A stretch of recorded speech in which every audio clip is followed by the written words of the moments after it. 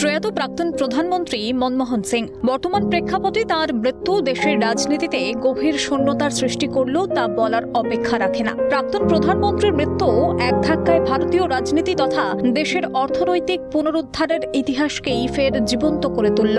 মাত্রাতিরিক্ত নীরব শান্ত একজন মানুষের করা পদক্ষেপে সেদিন রাতারাতি এক নতুন যুগ শুরু হয়েছিল দেশে। এই ঘোর বিজেপিময় ভারতবর্ষের বুকেও সেই ইতিহাসকে মুছে ফেলা সম্ভব নয়। মনে পড়ে যায় 1991 সালের কথা। নরসিমা রাও তখন প্রধানমন্ত্রী, তার সরকারের অর্থমন্ত্রী ছিলেন মনমোহন। ভারতীয় অর্থনীতি তখন রীতিমতো ধুঁকছে, জিডিপি মুখ থুবড়ে পড়েছে, বিদেশি মুদ্রা ভান্ডারে ছিল $1 বিলিয়ন মতো। এই পরিস্থিতিতে ঘুরে দাঁড়াতে উদারনীতি গ্রহণ করার সিদ্ধান্ত নেওয়া হয়। রাতারাতি লাইসেন্স রাজের সমাপ্তি ঘটে যায়, আর ওই এক পদক্ষেপেই বিশ্বের অন্যতম অর্থনীতি হয়ে উঠেছিল ভারত, যা কেবল খাতায় কলমে দেখা পরিবর্তনই নয়, দেশের আমজনতাও সাক্ষী ছিল। তবে বহু যোগ্য মুখ থাকা সত্ত্বেও 2004 সালে কেন তাকে প্রধানমন্ত্রীর মুখ হিসেবে ভেবেছিলেন সোনিয়া? এই প্রশ্নের নানা উত্তর থাকতে পারে, কিন্তু ঘটনা হলো সেই সিদ্ধান্ত ছিল মাস্টার স্ট্রোক। কোনোদিন লোকসভায় জয় না পাওয়া মনমোহনের জনপ্রিয়তার আঁচ মিলেছিল মানুষের উচ্ছ্বসিত প্রতিক্রিয়ায়।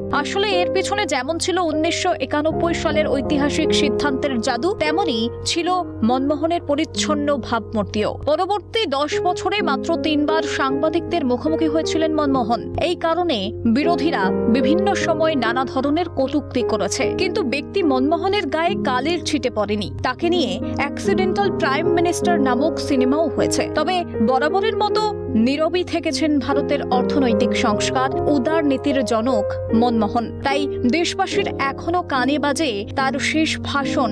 বলেছিলেন, মিডিয়ার চেয়ে ইতিহাস আমার প্রতি বেশি দয়াপ্রবণ থাকবে। ক্যালকাটা নিউজ।